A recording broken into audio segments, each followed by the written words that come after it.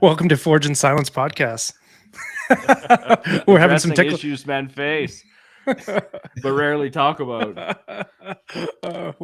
We're a hot mess today.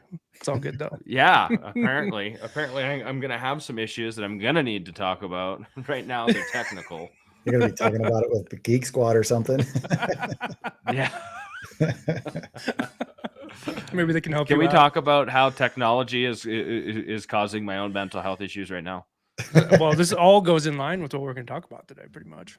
It does go in line with it. That's you're absolutely right. Before we start digging into anything, Alec, I want to say thank you for joining us again. It's nice to have you back. Thank you. Thank It's you good to be here. for the last minute. Hey, are you available? You want to have a chat?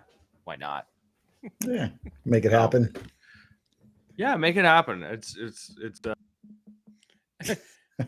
He's still there, but we can't see him. Yeah, he can probably hear us just fine. yeah, I can hear you. Can you hear me still? Yeah, we can hear you. All right, Yeah. just we'll keep going. Yeah, just keep going. Yeah, so it's nice to have you back on. I feel like you're probably going to be a fairly regular guest when we want to share a conversation with another guy. So, Robbie, how about you take this one over for a little hot minute while I work through my technical difficulties and try and get me back on air? And All right, you're going to try to jump back in? yeah, I'm going to try and do something here. Okay. Well, of course, we always start off with, how are you really? So since Steve's got to really fix his issues, we'll go with Alec. How are you doing, really? Yeah, thanks. I am really, I don't know, man. It's been kind of an interesting week. Work's been super hectic. A lot of stress going on there. And lady troubles, those are never fun. When you think that things are good and they're not. Without getting into too much detail on that, it's just been, I don't know, kind of a whirlwind of emotions this week. And this next week, I know I'm dreading because I've got a training class that's 4 out of my 5 days, and it's going to be a nightmare because I know there's going to be things pulling me in every direction. So, like I said, a little bit of stress going on there, and I don't know. I ended up going out to the mountains Friday night. Well, Friday, did a overnighter little hiking trip. I was going to do a backpack or one night backpack trip in, but I ended up cutting it short because I was feeding my dog and I realized that I only gave her about a day and a half worth of food instead of 2.5 days of food. So we had to cut that trip short, but it was all right because we ended up doing a nice trip over Ophir Pass outside of Telluride, and then went over to Ouray, got to see some really nice fall colors on the trees, and then hit some hot springs. And so it ended up being a really nice weekend. Kind of got my mind off of things and a little bit of a reset. Not as much of one as I wanted to be or wanted to. Just I wouldn't have actually been here on the podcast today if I had been able to stay out there as long as I could or wanted to. So that's kind of how it went for me this weekend and this last week. And what about you, Robbie? How are you doing, really? I'm doing pretty good, actually. I kind of had a big relief of some stress going on in my life. As the listeners know, my father passed away September 5th. Dealt with that. Then I had a 200-mile race that I didn't train for, but I still jumped in and did. I was pretty excited just to go reset with that, as you were kind of talking about, Alec. And it was good till it wasn't. It was in Nebraska, flat as a pancake. It's called the Cowboy Trail. Starts in Norfolk, Nebraska, and the trail actually goes to Shadron, Nebraska. But the race ended in Valentine. I made it about 38-ish miles before my body didn't want to go anymore. And I would be lying if I knew I wasn't going to finish. I was just going out to see what I could do. The emotional exhaustion from everything that's been going on in my life was pretty heavy.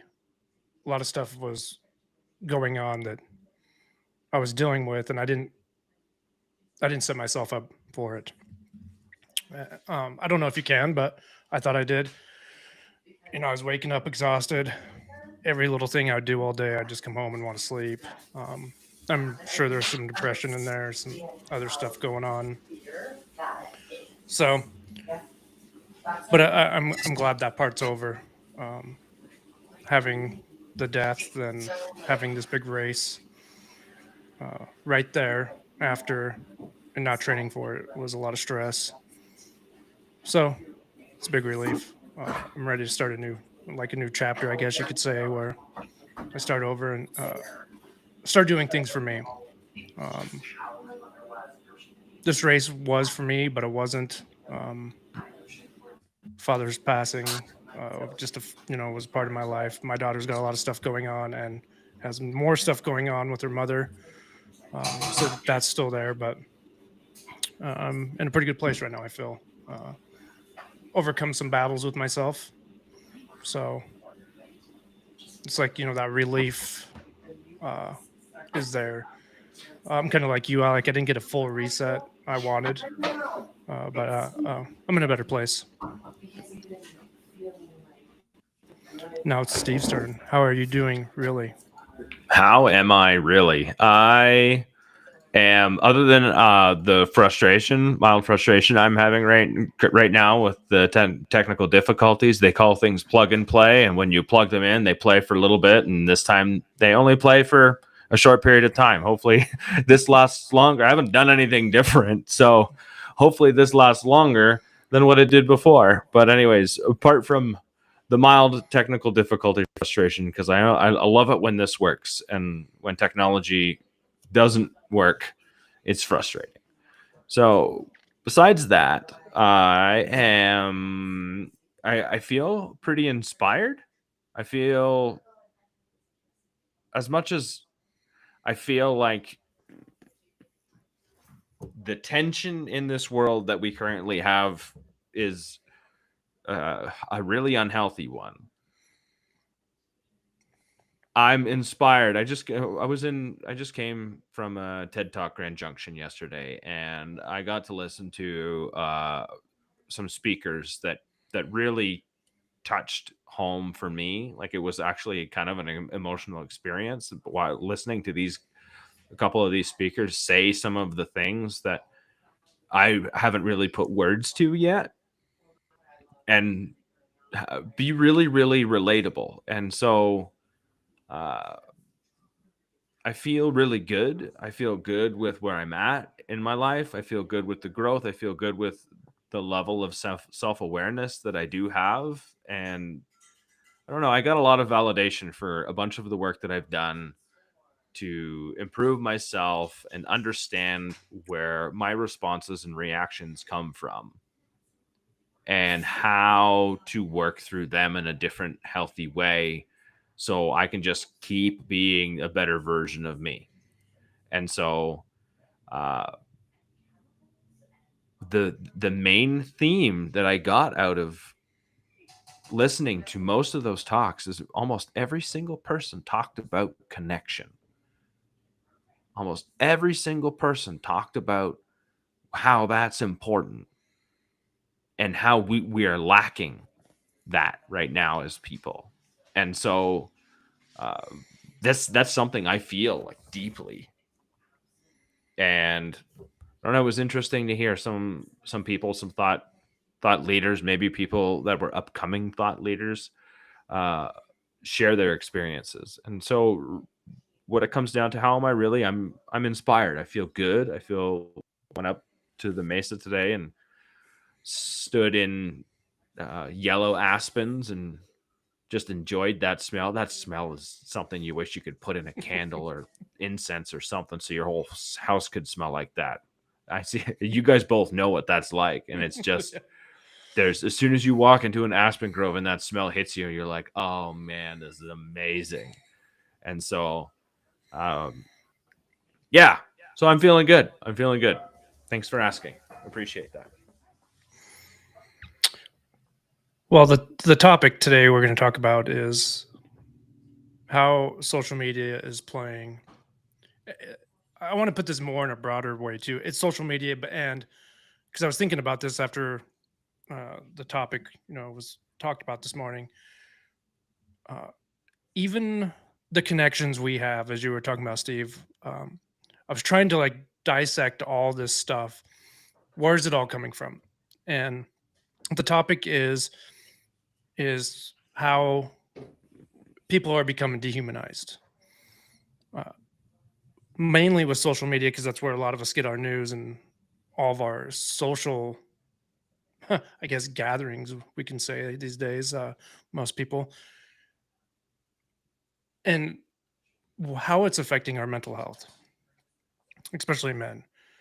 I feel like with what's going on in the world right now, everyone's getting put into a silo.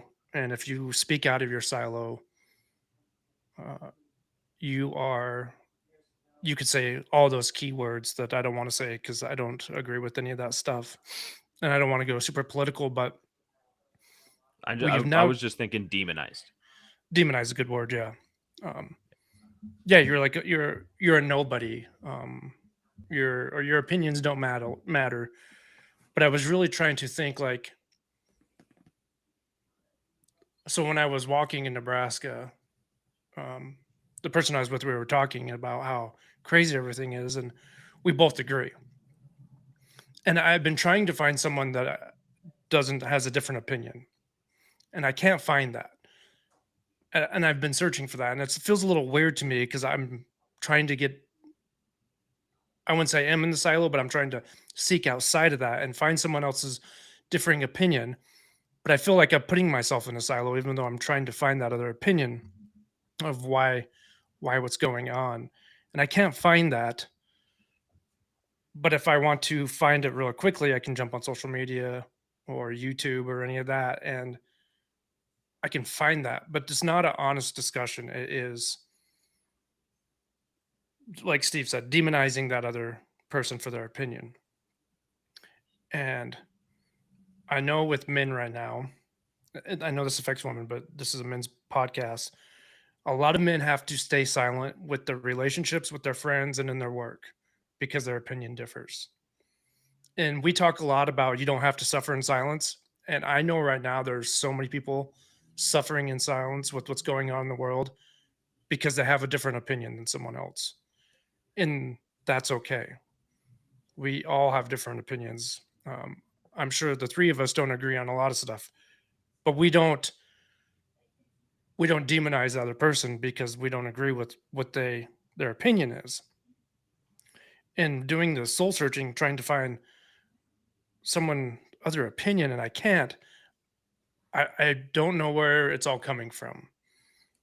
If I surround myself with people that are, and I try to do this, that are keeping me growing and appreciate my growth and want to see me succeed, is that why I don't see it? Or do I just disassociate with anything that may be there, and I don't run from it, but I don't listen to it, even though I'm asking for it. I don't know if that makes sense. I'm just I feel like we're in a very weird place right now with the whole world. There's a lot going on, and I d- I don't want to look back 10 years from now and go, "What the fuck did we do to help this? What didn't we do to help this?" Because I know every time we have some of these big events, if we don't talk about it and move forward, when we look back, we can see the destruction that was caused. And in my heart, I don't want to be a part of that problem. I want to do everything that I can to give people, uh, open dialogue, have their opinion, disagree, not, but just to have a conversation. Yeah, I think I hear what you're saying, Robbie. It seems like for me as just an individual, the world is so big and there's just seems like there's nothing that I can do. And I can get on the internet and I can make a comment and it's going to get buried in a million other comments. and maybe a few people will read it and then they're going to disagree with me or agree with me, whatever. Typically people are going to frequent the places on the internet that they're in their echo chambers. I mean, we hear that term all the time, echo chamber. And you find the people that you agree with. And I mean, why would you seek out people that you disagree with? And so it does make it difficult to try to, because I completely see what you're saying. There's a lot of just crazy things that are happening right now in the world. And I think it's only going to get worse, especially if everybody is just hiding behind their keyboard and they're, making their keyboard warrior comments or whatever you want to call it. People can be against this and for that, but until they actually stand up and take action, it doesn't really mean a whole lot. And as far as the day-to-day personal interactions, I think that most people actually have a lot more in common than we think. When we're on the internet, it's such a toxic place because you feel so empowered when you find people that agree with you, and then you feel so attacked by complete strangers that you've never met and you'll never ever meet. And yet if you walk outside, touch some grass, and talk to your neighbor, you may not, like you said, us three, we probably don't agree on everything. I know Steve and I have had a couple conversations and we don't agree on everything. Yeah, no, okay. but it's great dialogue. Yeah, right. It's great dialogue. We definitely don't agree on some things, but we can also sit down and disagree and then listen to each other's point of view. We still don't have to agree. We still don't have to. Like we're still friends, even though there's no resolution to the conversation that we had. Right. Absolutely. And I thought it was a fantastic conversation because we both got passionate about it. Mm-hmm. Not once did we treat each other with disrespect. Right. Like we still held each other in esteem while having the conversation. And on the internet, it's so easy to just be, like you called a keyboard warrior, which is a way nicer name than what I was just about to say. Like you can, seriously, there's the consequences to what most people deal with on the internet is almost nothing. And you can type whatever the heck you want for the most part, other than the odd person that we see who lost their job because they said something stupid and their boss found it. Like we don't have a freedom of consequence here, right? Like I can still post something and my boss find it and not like it and be like, oh man, you know what? We don't share the same values. That's not for us. Yeah. We like, you're either going to stop that, take it down or whatever, or it's too late. Right? Or it's too late. When it comes down to is, if I go, look at this, weird. Anyways, if I go and say something and type something on the internet that is rude, that I generally wouldn't say to somebody else, the chances of me getting punched in the face because that was my neighbor is super, super, super, super low. Right? I'm never going to see that person. I'm never going to touch that person. I'm never going to have a conversation with them. So the risk is really low for the reward of me having an emotional reaction to something somebody wrote. That might not even be true. That might not even be factual.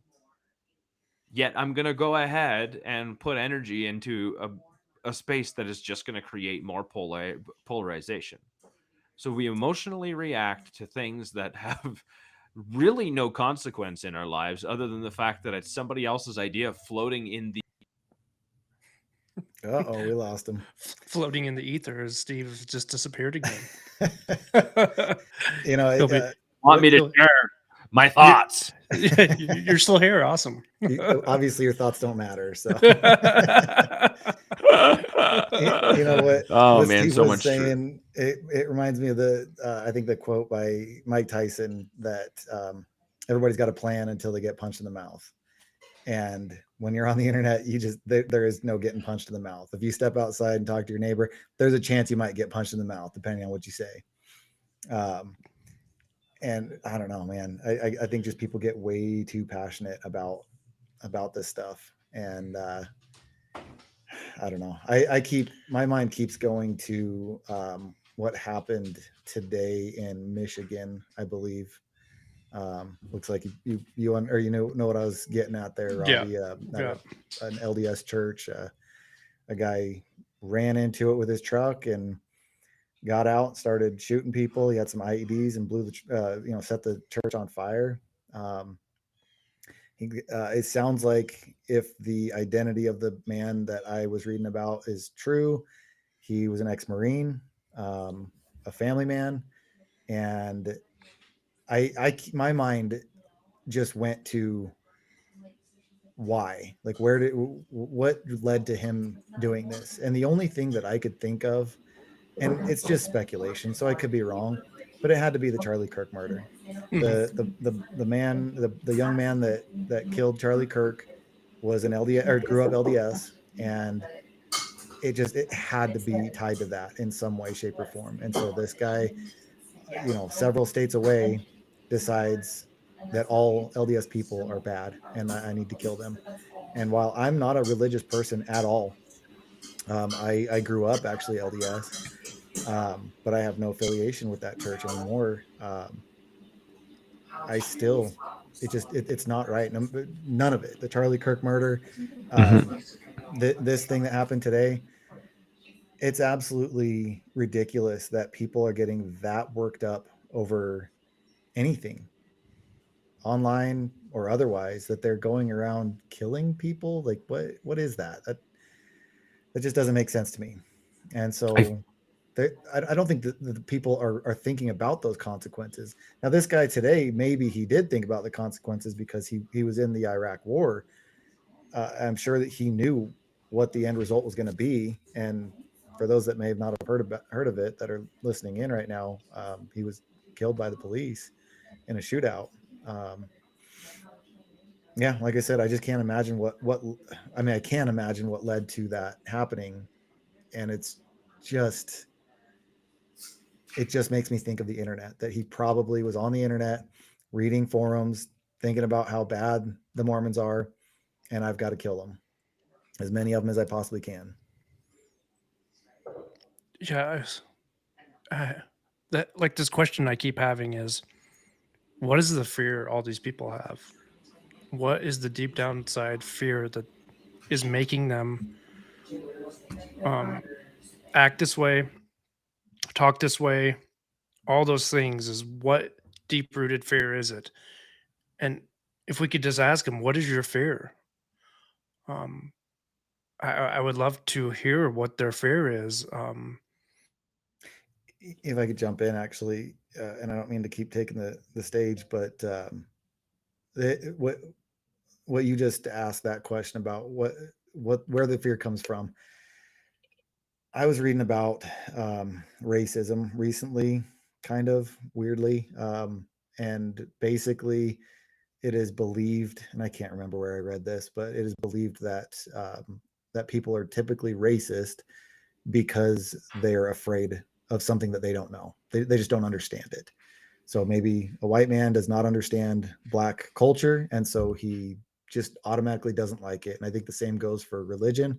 When somebody doesn't understand another religion, then they don't like it and they want to get rid of it. A lot of religions, especially back 1800s, they were persecuted quite a bit. And am I still on? Guys, you there?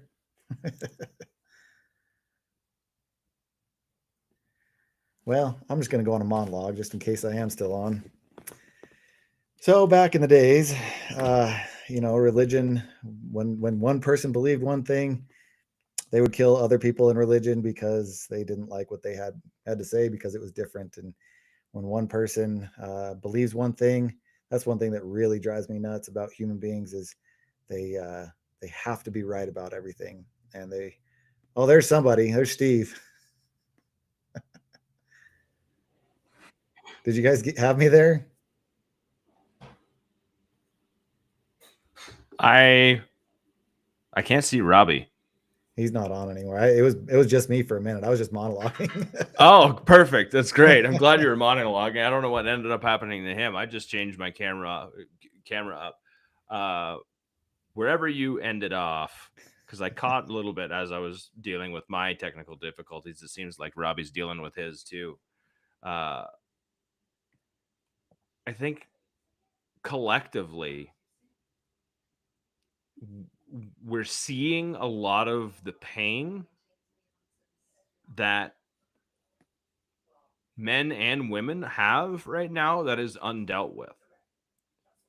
So, like, when I have a reaction to undealt with pain, trauma, whatever that may be, and I haven't worked to heal that, then I'm going to take that out on other people, generally speaking. And right now, what we're doing and what we're seeing is people taking it out on other people instead of taking responsibility for how we feel. And instead, we're giving that responsibility to other people, other religions, other races, other thoughts, ideas. And we're placing blame. And what that does is justify the pain. And it also alleviates my responsibility to deal with my own shit. And so I get to give it away and I get to carry the hate instead of wonder why it is I am so beat up and bent up about it where I can't turn around and say, okay, collectively, we know this part of this one thing is not right. It's not right to dehumanize people. It's not right to take the lives of people that even have different ideas than we do. We know that part isn't right. What are we doing to get the people that are carrying around enough anger that that's where they're at to get them the help they need? Because we need a care first mentality, not a fucking take them out too type of mentality. Like if we keep going the way we're going, where it's I'm going to create more violence to protect, and then we're going to create more violence to protect, and we're going to create more violence to protect. All we're doing is creating violence instead of finding a place of sanity and coming from there.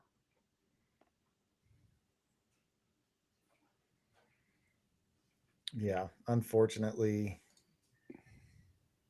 the internet has just created such a breeding ground for all the hate. And and it's a safe place for it to go. Yeah, and it's not, but it is a safe place for it to go. You know what I mean? Like it's an easy, maybe it's that's the wrong word. It's an easy place for it to go because the consequences of it are essentially inconsequential for most people. Yeah, and when you find somebody online that starts speaking in maybe a charismatic way, and they're saying things that you agree with, then anything else that they say, you're going to start agreeing with them. You're going to look at them as if you're going to look up to them, think that they've got it all figured out. And most of us, none of us have it all figured out. We're all just kind of navigating through life the best that we can. And we're picking up ideas here and there from people that we like, and, places that we like, and religions that we like, or whatever. Doesn't mean that we're right. It just means that it sounds right. And I'm not saying that anybody's wrong. I'm not pointing anybody out. But when you start listening to these people that are toxic, then it starts to kind of take off from there. The guy that starts talking about these toxic things, he might start feeling more empowered and start saying more and more crazy things. And then, as we all know on the internet, the algorithms are driven by engagement, and engagement doesn't matter if it's good or bad. So rage bait things, good, bad, the ugly, doesn't matter. And so people just start saying crazier and crazier things. And I don't know how you guys feel about it, but that's how we get like flat earthers and things like that. Anybody out there is a flat earther, not trying to offend, but you're wrong. And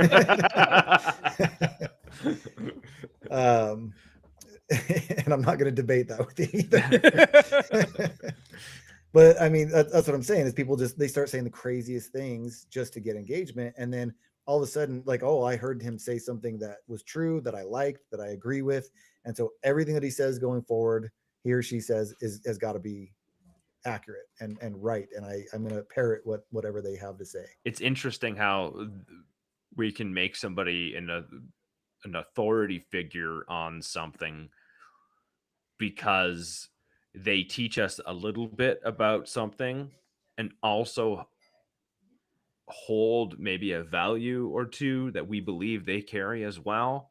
So then it's like, oh, they're just like me. They have the same thoughts I do, yada, yada, yada. They must be right. And you know nothing about that person. How often? I think this needs to be a question to everyone in the audience, everyone who ends up listening to this. How often do you fact check the information that you agree with? Because I'll tell you that I don't fact check very much because I don't have the freaking time. Mm-hmm. That's not that important to me. And I get caught in that cycle of thought, that echo chamber, because we create our own echo chambers, and I'll get caught in that every once in a while myself, where I need to, like Robbie, look outside of the box that my algorithm has created for me, because that's what's happening, and look up other things just to see something different. Because when I look at my social media, I get sick of seeing my own shit. I get sick of it. Like, it's not, first of all, it's not social. It's not really social. What social actually means, and you said it earlier, Alec, touch grass, talk to your neighbor. That's social. Get outside, share a moment, look someone in the goddamn eyes. This is a close second, but look someone in the eyes and shake a hand, touch a baby, do something nice, be kind. Like, as people, how many of us, if somebody was to come and ask you for help, would you be willing to help? Yet we're all afraid of each other. It's ridiculous. Yeah. I had a thought and I lost it. But I'm going with my next thought here is the social part, like you said, Steve. I want to know how many of these people are out there that have, these different opinions or just hiding behind their screen and saying how what lonely they want. Are they? I wonder how lonely they are. That's what I wonder. I that's where I'm at, because I think if you had, let's face it, when we got in trouble in school and we had to go sit down and sit in front of the principal, that was very awkward. Or with our parents or our grandparents or with the friends' parents or whatever, right? You had to sit down and you were in trouble. That was very awkward. For the most part, you left as a better person. You were told what you did wrong. You were told how to fix it. You said you were sorry and you moved on, right? Sometimes there was resentment. Sometimes there wasn't. You're like, oh yeah, I was being a little shithead. I did this, right? This goes back to hiding behind something that there's no consequences. We're seeing some consequences now, but that is only for money, right? It's a job. So they're taking their money. They're taking something that they survive with away from them, which feels like the end of the world. I understand that, but that's the consequence. The consequence of, harming another human being in this country is all over the place. Depending where you live, it may be okay to harm another person. But we lack community, And when we lack community, we lack the ability of someone normally that would say, hey, dude, you're doing something stupid. Straighten your ass out.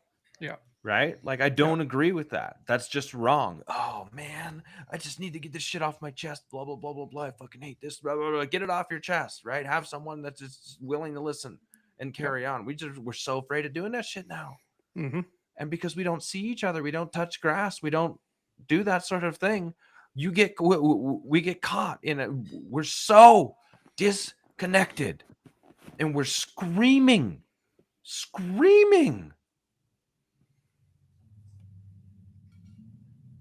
to be a part of something, that it doesn't matter what it is now. We just want to be a part of something because it feels like it has meaning. That's the connection. Yeah, we're screaming for it. Mm-hmm. That's what it looks like to me. Mm-hmm. Yeah, I don't think that humans were designed to be sitting behind a computer screen and that's our only connection with other people. Mm-hmm. Throughout history, men had, I mean, this is a men's podcast, so I'm going to talk about men. Men had friends, they had close friends. Now, obviously, we weren't there, so I don't know what these men talked to each other about, but likely they talked about life and what was going on, what was stressing them out, what they wanted to do, their thoughts, their feelings, their desires, what, you know, the things that they were, you know, reaching for. And we just don't have that anymore. We have, right now, it's the hardest time in history for people to make friends, because if I am walking down the street and I see another dude who's wearing a hat that I'm wearing, you know, I could say something, hey, how's it going? Cool hat, man. I got the same hat. And he'll look at me like I'm an idiot, like I'm a loser, because he doesn't want to be friends with me, because he doesn't know me, because it's just the way that society is now. Mm-hmm. And trying to go back in time to where people just treat each other like people and become friends and be vulnerable enough to, you know, to talk about the things that you need to talk about to be and remain friends. That's difficult. That's been a real challenge for my life. You know, I had some really close friends in high school and I don't keep in touch with them anymore.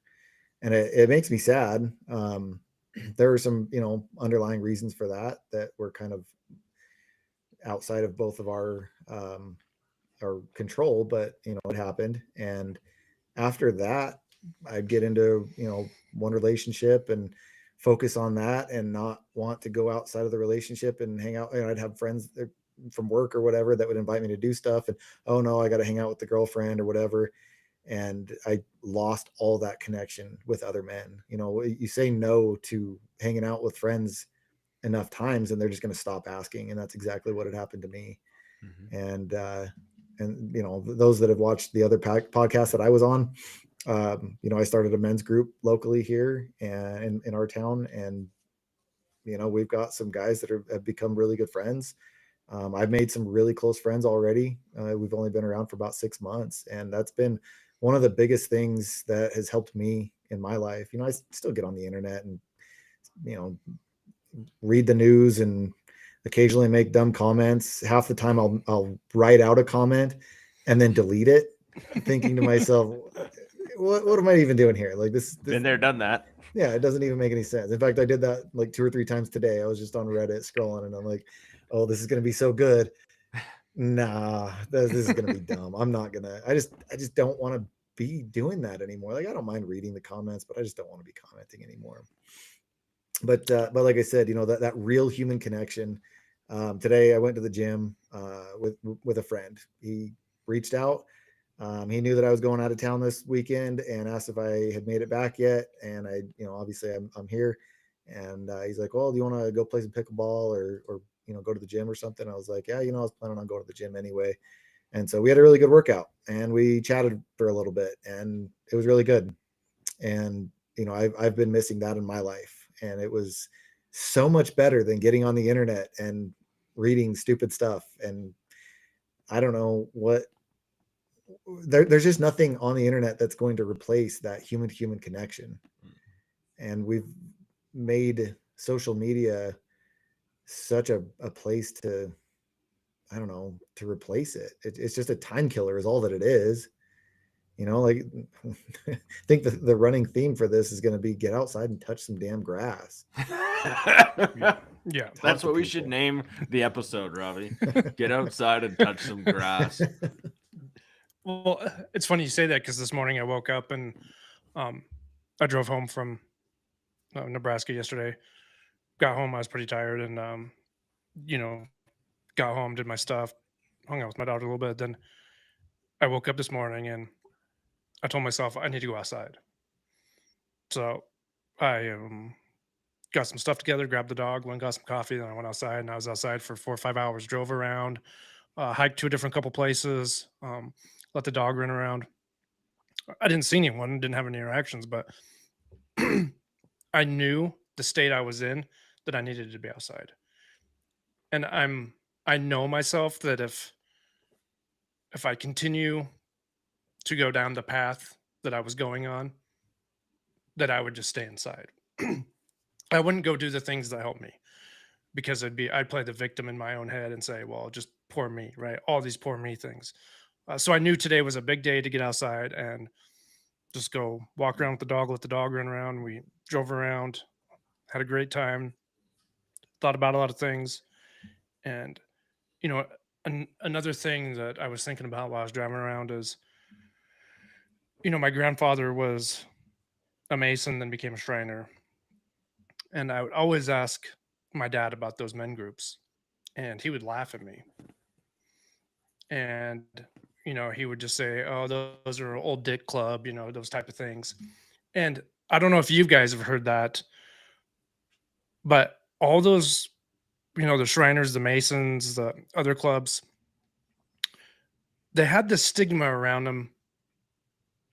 I don't know if it's still there, it might still be there, but I just remember growing up that's where all the old men went and did shady shit. And now I'm looking back, you know what? That's where they went out and got their freedom. They had to go do that, hang out with other men, talk about whatever they talked about, and did their thing. And they had to do it in private. Why did they have to do it in private? Because they didn't want to be belittled or any of the other stuff. Could you imagine now if, with social media, like showing grandpa going to Mason thing? Oh, look, grandpa's all dressed up in his goofy ass thing or his Shriner thing, right? He'd get made fun of on social media by his grandkids, his wife, whatever else. And I'm just like, they had it right. They still have it right because those groups are still around. And, I've been asking people about them that know anything about them. And, it's very secretive how you get in and all that stuff. And I understand why. But I just wonder if their numbers are dropping or if they're increasing right now. And I always, my grandma was in, my great grandmother was in, I can't remember what it was, but it was a women club. When the men would go to do the Shriner stuff, they went and did something else. I can't remember what it was. But she was a part of a women's club too. And I going back to that connection, like we can all get on our phone or on our computer and get on social media and we feel connected immediately. But like you were saying, Steve, it's not real. It's not face to face. You're not, touching the ground, touching the grass. Then we can hide behind all that, like we've been talking about. And I often wonder how real that is. How real are those people? Or are they putting on a front to be liked by other people because they don't have something in their life and they need to put that facade on that they are something. Us three right here can sit down and have an honest conversation, and we're just being men. Look up to each other. We can grow from each other. There's, no jealousy of accomplishments or stuff like that. And some of the lessons I'm trying to, teach my daughter is watch out for what you see on there because it's not real for the first part. And second, it's a show and you're reading words and you're interpreting those words how you want to interpret those words. When we sit here and talk, you see my emotions, you see my body language. A lot of times when we get text or emails, we don't know how that person if they're angry, if they're sad, if they're happy, any of those things. So we've lost that part too with the emotions. But I'm really trying to, show her it's a very dangerous world when you look up to these people that aren't real. And we're seeing a lot of that. And, going back to that Michigan guy where my internet died on me. It's just like, did he have enough? Was he attacking all this stuff? And the news doesn't do us a very good justice because it's another rage bait thing, and whatever they want to say, make the craziest headline about why he did it. And one side doesn't want to tell why they did it, the other side's making up stories. And I feel like we've lost the truth in a lot of stuff. Even with ourselves, we've lost a lot of truth. If we're being honest, a lot of times, when I ask my daughter why she did something, she'll say, I don't know, or whatever, something. Then once, I drag it out of her, she'll be honest with me. And I often feel, why is it so hard? Why do we have to fight so hard to drag out honesty in people these days? Vulnerability. There's a lot of fear that exists, and there's a lot of fear that gets multiplied. We have access to more information now than we've ever had before. And so if you want to find something that supports your idea, you will. Oh, yeah. And if you want to find something that doesn't, you will.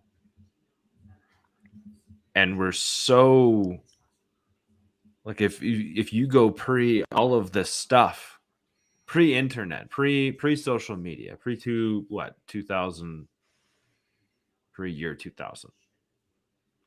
where you had a flip phone if you were lucky, and you were typing, you were hitting 3-4 times, and then if you pressed it too many times, you had to do it all over again. Yep. Yeah. Texting really slow. Like, your access to instant gratification was really, really low compared to what it is now. The access I have now to instantly gratify the way I feel is like that. A comment, a post, a feeling, a thought. It happens so fast now, we don't know what to do with it. We think we do. We can take that, there's way too take that much even information. Deeper with food. Oh, yeah. I mean, we can keep going, right? We can get anything to make us feel what we need to feel right now. This is the world we live in. I'm not even saying we need to change it. I'm saying we need to be aware. Yeah, I think awareness is the most important thing there. Awareness and responsibility. Yeah. There's personal responsibility. There's a woman, I can't remember if she's a psychologist or what, but she wrote the book Dopamine Nation. Mm-hmm. And I think it's Anna Lemke, I think is what her name is. Yep. And I've listened to a couple podcasts with her on it. And yeah, I think that's a really good point that you made, Steve. That instant gratification, it's everywhere. And I really don't think that it's good for humans. I think that waiting for things. We're teaching ourselves to get angry when we don't get the thing that we want immediately. Yeah. Throwing a temper tantrum. Yeah.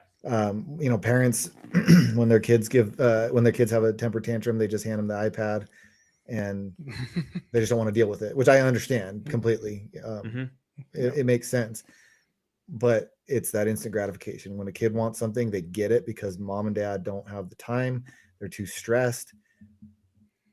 They're just going to give you what you want so that you'll leave them alone for now. And then they can deal with it later, which never ends up coming because now the kid's fine.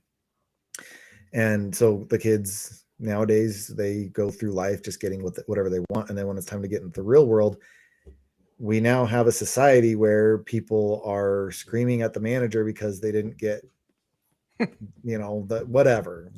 Yeah. packet of ketchup. I don't know. Yeah. Or the right kind of soy cream in their latte. And I'm not making fun of anybody in particular. But you see what I'm saying? Instead of just like being kind to other people, like the one thing that I found is that people just don't like dicks. They just don't like mean people. There's people that are mean and rude. They're probably gonna fight against you and push back and not give you what you want anyways. So if you just like be patient with other people and realize that, hey, not everything is going to go my way. I may have to wait, for 4 people to go through the line before I can get my latte the way that I want it. But that if I just freak out and go to the front and spill or throw my coffee at the barista who's making minimum wage, that's not good for our society. That's not good for you and your mental health. That's just going to create a situation where people see that and they see that no consequences happen to that person. And so now they're going to be doing it as well the next time their latte isn't correct. And obviously this is just such a basic example, but that, instant gratification, it runs deep in porn and finances and gambling and things like that. Nowadays, young men, and I'll bring it back to young men. Young men don't have the same the same ability anymore to go to school and get a college education. It used to be that men would get a bachelor's degree. It was about 6 to 4 men to women, and now the tables have turned, and it's about 6 women to every 4 men that are getting a college or getting a bachelor's degree.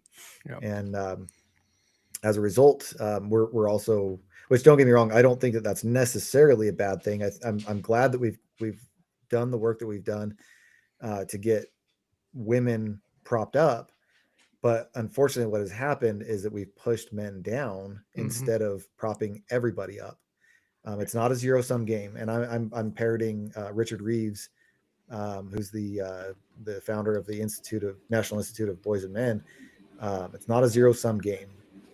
We can be happy. We can continue to have the same benefits for women, but we can also help men too. There are a lot of organizations that help women, and the same organizations do not exist for men and boys. And I think that's something that does need to change. Anyways, I was talking about money and gambling is kind of where I was getting at. I took a detour there. I'm going to get us back there, I swear. So young men are not graduating college or even going to college, and I'm not, that's fine. I didn't go to college, but they're also now not able to make as much money as we used to be able to. And so social media, you get onto TikTok and whatever else, Instagram, and you see these super handsome guys and super attractive ladies, and they're on their private jets that they probably just rented for a day, and their Bugatti that they rented for a day, and they're like, I've literally heard influencers that say things like, if you don't have a Ferrari by the time you're 21, then you're failing at life. That's the most insane thing that I've ever heard. A Ferrari by 21 years old or whatever the age is, and then they inevitably they want you to buy some self-help thing that they're selling or something like that. That's written by AI. Probably, exactly. Yeah, it's not even created by them. Yeah. Yep. And so now you have a bunch of young men who are like, well, that dude's super handsome. He's getting all these super hot girls. He's got this really nice car and a huge mansion. And here I am, I'm 25. I'm past that age. I'm a huge loser. What am I going to do? And so young men end up turning to things like gambling and, maybe even potentially crime. And, gambling is the number one fastest growing addiction in the US nowadays. And it's a serious problem. It's destroying people's lives, and it's all of that instant gratification. Yeah. And where do we go from there? I mean, we already shut down the online gambling once, and it's back in full force. Yeah, And I know even that's not the only problem there. It's all of social media, and not all of social media is going anywhere, at least anytime soon. So I don't know. I guess that's the question that is to be posed. And I think honestly, on a local level for me, excuse me, I think on a local level for me, it's to try to have those one-on-ones with those, face to face with people, and try to I don't know. I'm a bit of a masochist, so I like to hurt myself. I like to go out in the mountains and just kill myself out there, metaphorically speaking, by doing hard stuff, really Yeah, hard shit. that's challenging your body, It is. right? It's challenging your body, and then that's challenging your mind. You can call it a little bit masochistic. I get it, right? Robbie just went and ran Yeah.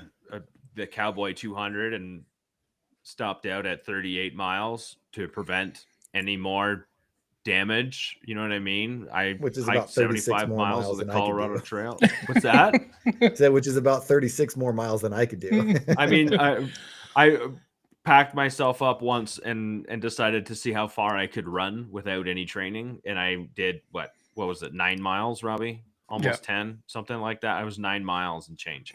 Nice. And man, I was hurting for like 2 weeks after that. Like that was rough. And the last 2 miles, I was in my own pain cave for sure. But I get it.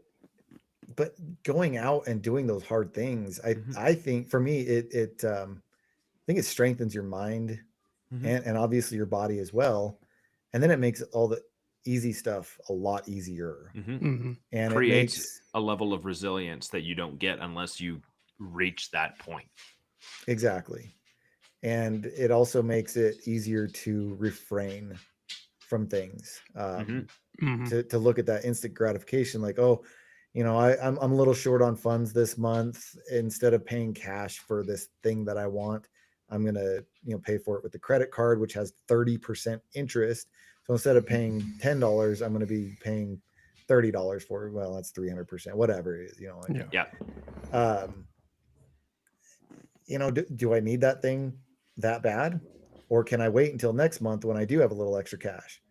I try to practice that a lot too, and I'm not trying to say that I'm any better than anybody else, but practicing abstinence from things like that, it's so incredibly important to our minds and our health and our mental health. And if we keep on this track, if young men keep looking at social media and thinking, well, I better make a lot of money really fast because I don't have that Ferrari yet, and I'm already 22 years old, and no woman is ever going to want me if I don't have my Ferrari.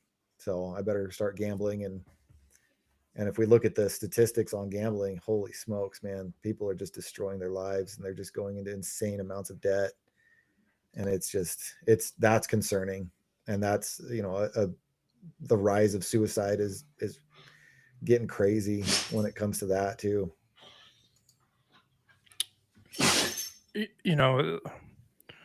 The where dogs sneezing like crazy. You brought up some good stuff there, Alec, with young men, social media, and the turning of the tables with women in college. I was hearing something the other day where, if a high school graduated man goes and calls a bunch of electrician companies and gets hired on as an electrician, or A does that, then B does and goes to a trade school for 2 years, that A will make twice as much money in the long run as the guy that goes to college, because he's already going to be 2 years behind when he graduates college from more the guy that just signed up and started working. And we're seeing that now in the trades where, there's some crazy numbers by like 2050. There's going to be not enough plumbers in this world, United States anyways, to go around. And these plumbers will be able to charge triple, quadruple, and we won't be able to afford plumbers anymore. And part of that flip too is now young men think they need to go get that arts degree or some other degree, which is fine, but they're not going to make that much money. They might be in debt from college. Um, it's like we've lost that hard work ethic of the young men. When I was in Nebraska, um, I was walking down this dirt road and they were grinding up silage for the cows. And these kids driving these big, huge pieces of equipment were probably 14 years old. They probably just got out of school or whatever, and they're driving equipment. And, the sheriff came by and he goes, they're going to be doing this all night. He's like, I'm just warning you guys, these trucks are going to be running all night. And just going to these small towns and seeing, people, men and women, still have to work to provide for their family, to keep that lineage alive, because that's what their family has, is a ranch or whatever. Then we go to a big cities and everyone's waiting for handouts. Everyone's waiting for, a scholarship or the government to pay for their school. And you can look at the rates of graduation from colleges, what those people make or how many do it. But you now look at social media, right? And you see, like you were saying, like that guy with the Ferrari, Bugatti, whatever, renting it. And a lot of those minds get turned, oh, tomorrow I can be an instant star. Tomorrow I can be making money if I do social media. So now their addictive personality is going to be an online influencer. So they're throwing all their eggs in the basket, men and women, to be influencers. And what does that mean to me? They're giving up a whole lot of stuff. They're on that phone trying to create content for the masses of people to get whatever famous, then start to make some money. Some people are going to make it, some people aren't. When I was a kid and I'd look up to actors and actresses, then you'd hear about how long it took them to become that. That's no more. Like, if you have good content, you could be a YouTube star tomorrow. You could be making a lot of money. So where do we go as a society to still continue to let these kids know that they need to work hard and, find some kind of craft that's not social media driven to be good at? I think when we look in the future, 50, 60 years from now, we're going to have a lot of trades where people are not going to be there anymore, because everyone's chasing that influencer, chasing that money, Comfort, or like you were saying, I like that guy feels like shit, because he's not doing anything and starts gambling, starts watching porn, lives in his parents' basement, which, could be a good thing if you're living in your parents' basement and you're working and you're putting money into yourself. But we see it all too often where they're not. Then we see all these random things happening. Suicide rates with young men are high. Young men, are not seeking partners anymore. All those things that we hear because they're not good enough. Girls or women these days are And I looking mean, for social media is telling them they aren't too. right? Exactly. Yeah, and that's- we're also reinforcing that whole narrative that if you walk up to a girl at a bar or at a restaurant or whatever, You're a that creep. she's pretty, and as soon as you say something to her, you're a creep. Yep. I haven't experienced that one yet, but it's a thing. Well, to be fair, Even if it Steve, has, what's that? to be fair, you're only a creep if you're ugly to that girl.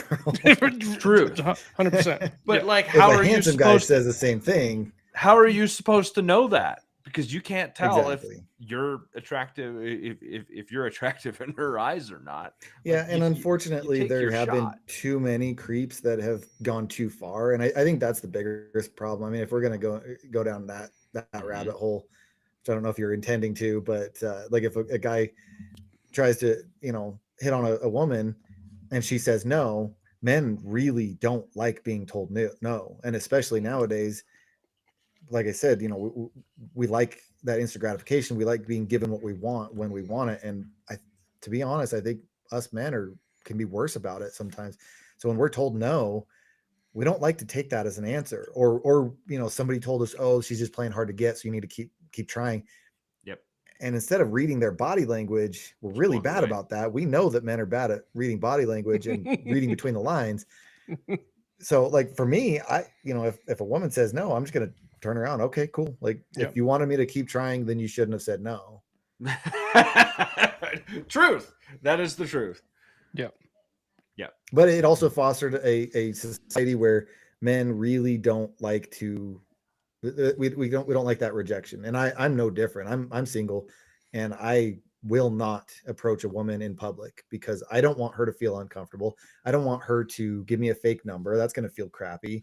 And I don't want her to say no and be afraid that I'm going to follow her to her car after whatever. The only she's way doing. to change that narrative is to accept the no Mhm. and not follow her to her car. Like, you're not a how far do we take our responsibility to manage someone else's emotions?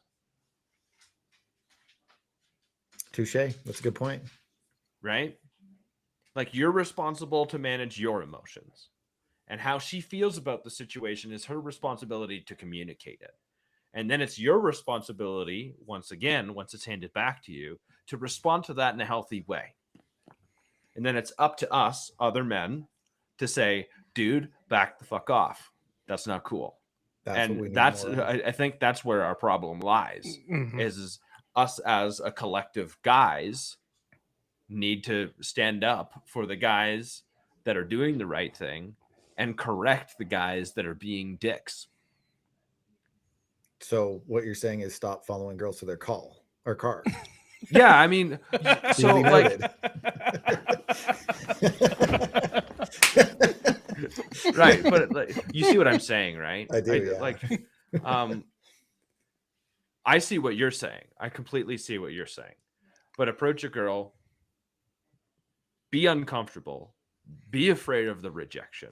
If the rejection happens, the rejection happens. The fake number thing, that's just her being afraid of saying no, which sucks. It sucks. The whole thing sucks. But how do you change the narrative if you can't stand in front of it? If you can't be the guy that's saying, okay, if this goes sour, I'm still going to be all right. Right? My ego's going to be hurt. My pride's going to be hurt a little bit, sure. Right? But, you have maybe a couple buddies back at home, and you're like, dude, I got shut down again.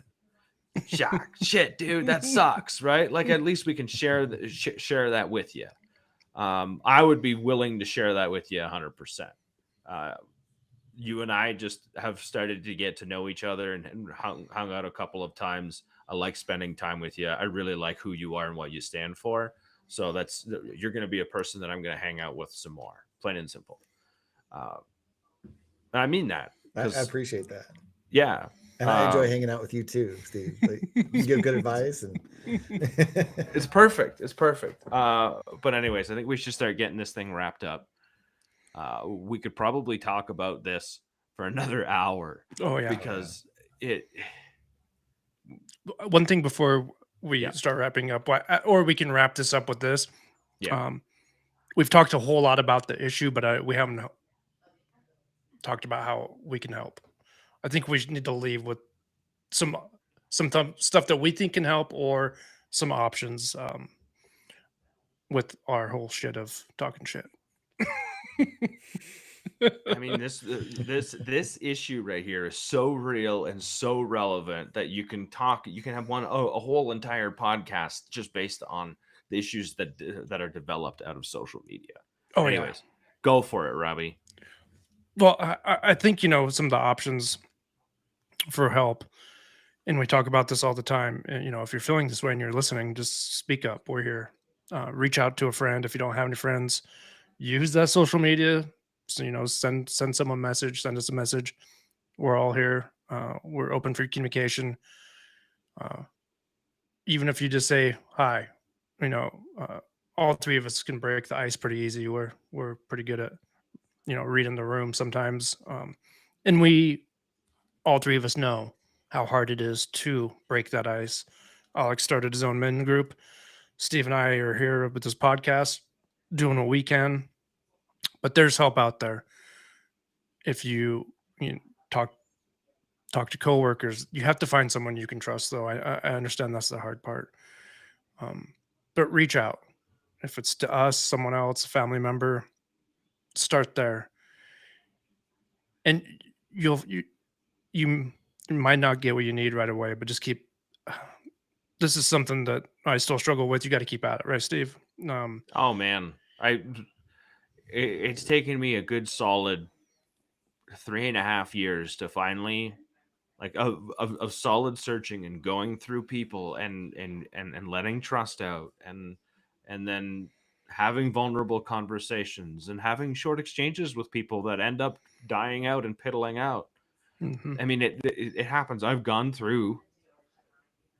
Not gone through is probably not the right term, but I've shared moments with a lot of people that I don't share moments with anymore. My group has gotten smaller and smaller, and it's ended up being that there's only like I don't need 30 people. I can't No. manage 30 people. I can't manage that many relationships anyways. I can manage a lot of those as acquaintances or people that you would pick up the phone and ask for a favor because you know you're good people and you're doing good things. But the people that I've tried to share close relationships with and I've had close relationships with, and we've grown apart over time. And I say this over the last 4.5 years, there's a very few people now that I will share the things that I want to share with. But like you're talking probably 100 plus people. And my inner circle has gone from 0, and some of those people have rotated through the inner circle to about 3 or 4 people. And like that to me is a great place to land. That is a soft place to land. Yeah. But it's taken me 4 years of effort and trying and being rejected and learning how to be vulnerable and learning how to communicate and failing a shit ton of times. But I've had some really great experiences with those people too. They don't owe me anything. I don't owe them anything. We've shared those moments. We've grown together in those parts.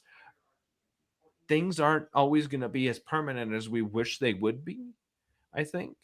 And so if you can reach out to a stranger and have some of those moments, the moments that help you through some of the hard stuff, maybe that stranger becomes your next best friend, because that's who mine are right now. Yeah. There were strangers that became my next best friend. You just Yeah. don't know who's gonna land. That's all, and that's okay. Like, give it the best you can with what you have. Reach out to any of us or someone that you think you might be able to trust, or somebody that you look up to, and say, hey, can I ask you for some help? And I would imagine the likelihood of you hearing a no is probably like 1 out of 25, 1 out of 50. Like, your odds are pretty good that someone's gonna want to lend a hand, even if it's a stranger. That's what I have to say about that. Yeah. One thing I want to say, then I'll give it over to Alec. One of the beautiful things that I found too through this journey is people come and go, Mm-hmm. but then some people end up coming back to you. Mm-hmm. And when they come back to you, in my opinion, that means that you've struck a nerve with them, a good one, not a bad one. Trust. Yeah, and they're coming back to you because they have turned a blind eye to themselves or whatever, but there's some trust there. And when those people reach back out to me, um, it's like we never left off. That's how I treat them. Full respect. And I can't tell you how happy it makes me when someone comes back and asks me for opinion or tells me about how their life's going in just a few short words. Sometimes they disappear again, and that's okay. But you know what? Maybe that time of need, you help that person more than you'll ever know. Man, I got so many things that are bouncing around in my head right now. I think the first thing I want to say is that I know that reaching out to somebody is very difficult. And right now in this time in history, anxiety is more prevalent than ever. And I think that I heard recently, and I may have said this on that last podcast, but I heard recently that the cure to anxiety is action. Get out and do something. Go outside, touch some grass, talk to people. I'm an introvert and I hate talking to people, but I have forced myself to get out of my comfort zone and just do it. Doing that hard How's that thing, worked out for you? It's worked out amazingly. Yeah. I'm probably the last person that you would have thought to start a men's group. And I'm not saying that everybody should start a men's group. I mean, it's great if you do. Hell, even in this town, that's fine if somebody else does it. Like there is a shortage of men's groups, and not everybody's going to get along. And I think that there's plenty of room to have multiple men's groups in every town. And if you think that, I mean, you don't really even have to do anything, honestly. I started a Facebook page and a Discord, and just start conversations, invite people. I go hiking a lot, so that's kind of where it started. As I just, hey, if anybody wants to go hiking, let's go. I'm going to be going regardless whether anybody shows up or not. If you want to meet me there, great. If not, that's fine too. And I did a lot of stuff by myself that nobody showed up to, and that was fine. It got me outside. I touched some grass, and it was cool. But then the few times, like the first couple of times when people actually showed up, it was like, all right, this is cool. Like probably never would have met these people any other way if I hadn't said, hey, let's go paddleboarding. And Steve said, yeah, let's do it. Let's see. There was one time that I held a barbecue. And actually I was thinking about doing another one of those here soon. Get more people. People love food. Yep. Lately we've been doing Sunday morning coffee. We didn't do it today because I thought I was going to be out of town, but that Sunday morning coffee is just super easy, super low key. Sunday morning coffee has had a great turnout. Yeah. And I'll credit you to that, Steve. You said that you wanted to start doing it, and I stole that idea. I was just like, yeah, you ran with it, dude. It was great. It was great. I don't like steal with pride, man. Whatever works. I don't even. Well, I just want to give you credit because it was a great idea. Yeah, and I'm all for that. Whenever I'm around, I'm out of town right now, but whenever I'm around, I can 8 o'clock in the morning is great. I mean, even if it's just us two, we can shoot the breeze for an hour, no problem. Absolutely. And it's the same as always. Like, I mean, there was one week, the second week that I did it, nobody showed up. I think I did it last minute. And so I was there, grabbed a cup of coffee, got to people watch a little bit and just hang out, did a little bit of social media scrolling, tried not to rot my brain too much. And then I left. I usually ride my bike down there, and because I live close by most of the coffee shops, and so it's kind of a cool chill morning. And but yeah, the first time we had like 8 people that showed up. Yeah, it was cool. Second time that people came, I think there was like 5 or 6 of us that were there. And anyways, yeah, I mean, like I said, anybody who's like, well, where do I find a community? That's another thing I was going to say. You need a community, but you also need a sense of purpose. That's a good one. That sense of purpose is, man, it is so important. And I've been floating through life with basically none. I had my financial goals, and I am kind of always focused on work, and work has always been super important to me. And I learned from my dad the work ethic.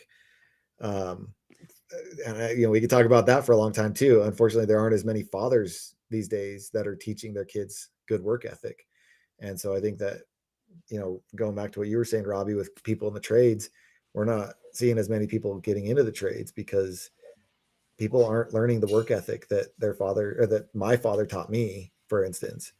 And I think that's unfortunate. And I think that that's another opportunity that could be potentially missed. We as men in our community, we can find that sense of purpose.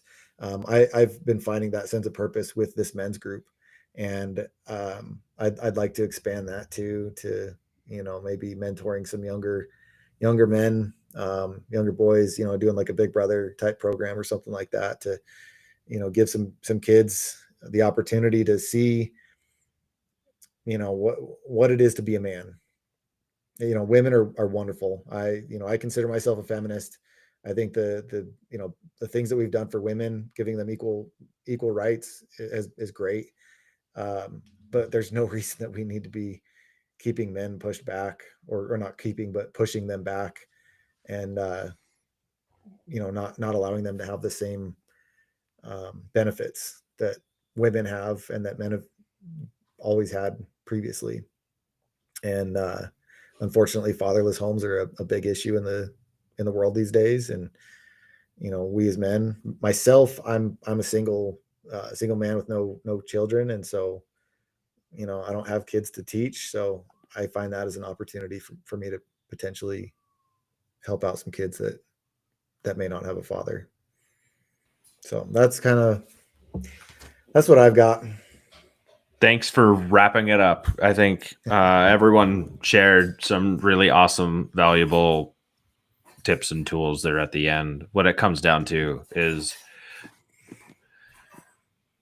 what did I say to my roommate? I was like, yeah, you ain't going to make friends and you ain't going to meet people from your couch.